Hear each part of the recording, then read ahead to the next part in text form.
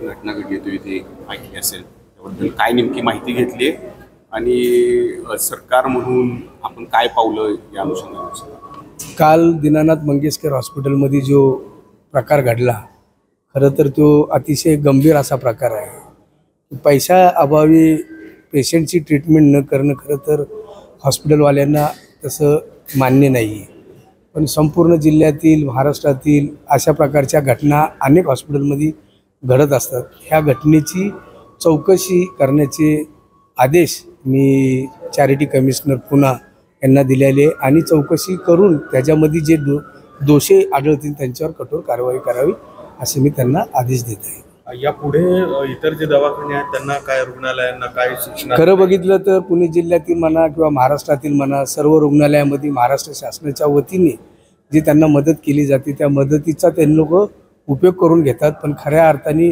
पेशंटला त्या पद्धतीने ते लोक ट्रीटमेंट करत नाहीत।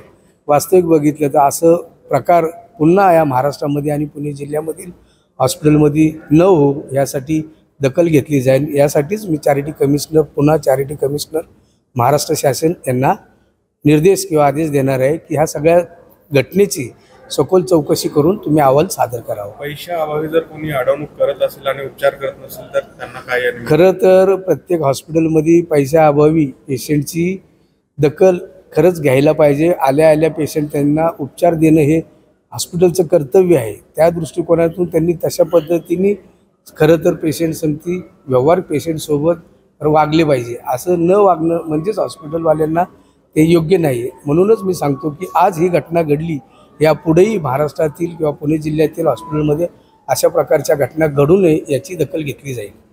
काही धोरण आखण्यासाठी आपण काही बैठका मुंबईत जाऊन घेणार आहात? नाही, तसं बघितलं तर तुम्हाला माहिती आहे का की महाराष्ट्र शासनाच्या वतीने ज्या हॉस्पिटल्स आहेत त्या हॉस्पिटलमध्ये अशा प्रकारचं पहिल्यापासूनच धोरण आहे। खरं तर पेशंटला आल्या आल्या त्यांनी ट्रीटमेंट करणं हे गरजेचं असतं।